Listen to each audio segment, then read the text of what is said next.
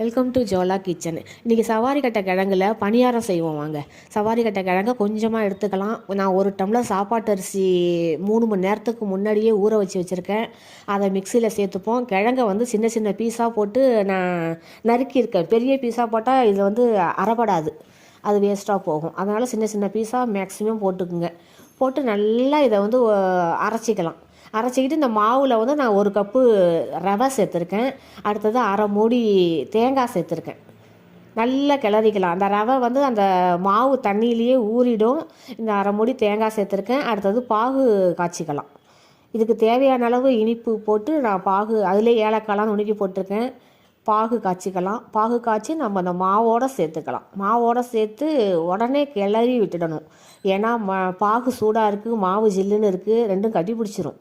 அதனால் உடனே கிளறி விடணும். கிளறி நல்லா கலந்து விட்டுடணும்.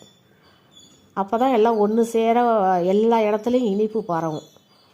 இந்த பணியாரம் நல்லா பந்தாக வரும். நம்ம சாதா பணியாரம் அரிசியில் செய்யும்போது கூட கொஞ்சம் ஓரமெல்லாம் அந்தளவு ஃபினிஷிங்காக வராது. ஆனால் இது அவ்வளோ அழகாக வந்திருந்தது. சூப்பராக இருக்கும், சாப்பிட்றதுக்கும் அருமையாக இருக்கும். இப்போ பணியார சட்டியில் நெய் தடவிப்போம். இது ஒட்டாமல் வர்றதுக்காக தான். ஆனால் இது கிழங்கு பணியாரம் ஒட்டவே ஒட்டாது. நான் எடுக்கும்போது பாருங்கள், அது சட்டியில் ஒட்டியிருக்காது. இப்போ மாவை சேர்த்துக்கலாம். அதில் நான் நல்லா சர்க்கரை பாவை நல்லா கலந்துட்டேன். இந்த தேங்காய் வாசம், கிழங்கு வாசம், நெய் வாசம், ரவை எல்லாம் சேர்ந்து அவ்வளோ டேஸ்ட்டாக இருக்கும். இது இப்போ பிரட்டி போடும்போது பாருங்கள், அந்த சட்டியில் ஒன்று கூட ஒட்டி இருக்காது. பந்தாக இருக்கும். இந்த பணியாரம் பார்க்குறதுக்கும் நல்லாயிருக்கும், சாப்பிட்றதுக்கு சூப்பராக இருக்கும். இது மாதிரி சீசனில் கிடைக்கும்போது வாங்கி நம்ம இப்போ சவாரி கட்டை கிழங்கு எந்த சீசனில் கிடைக்குதோ அப்போ இதை வாங்கி நம்ம அதில் என்னென்ன பலகாரம் செய்யலான்னு பார்த்து அப்போ சாப்பிட்டுக்கணும். அதுக்கப்புறம் சீசன் தவறி இது கிடைக்காது. நம்ம ஆசைப்பட்டாலும் செஞ்சு சாப்பிட முடியாது. நல்லா பந்தாக பெறலுது பாருங்கள் அந்த பணியாரம்.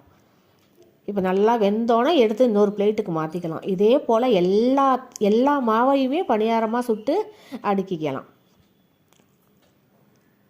சூப்பராக இருக்கும். நிறையா விஷயங்கள், நமக்கு தெரியாத விஷயங்கள் நிறையா விஷயங்கள் இருக்குது. நம்ம செஞ்சு பார்த்தா தானே தெரியும். நம்ம ஒவ்வொன்றா இது மாதிரிலாம் கற்றுக்கணும். கற்றுட்டு பிள்ளைகளுக்கு செஞ்சு கொடுக்கலாம், வீட்டில் உள்ளவங்களுக்கும் செஞ்சு கொடுக்கலாம். இதே போல் அடுத்தடுத்த எல்லா ஈட்டையும் நம்ம சுட்டு அடுக்கிடலாம். இதை நான் ஓப்பன் பண்ணி காமிக்கிறேன் பாருங்கள். அவ்வளோ அருமையாக இருக்கும், சூப்பராக இருக்குது பாருங்கள், மென்மையாக இருக்குது பாருங்கள். இந்த வீடியோ பிடிச்சிருக்குன்னு நினைக்கிறேன். ஈஸி தான் இந்த பலகாரம். இந்த வீடியோ பிடிச்சிருக்குன்னு நினைக்கிறேன். இந்த வீடியோ பிடிச்சிருந்தால் லைக் பண்ணுங்கள், ஷேர் பண்ணுங்கள், ஒரு சப்ஸ்கிரைபையும் பண்ணி வைங்க. வீட்டில் உள்ளவங்களுக்கு டிஃப்ரெண்ட்டாக இது மாதிரிலாம் செஞ்சு கொடுத்து சந்தோஷப்படுத்துங்க. நன்றி.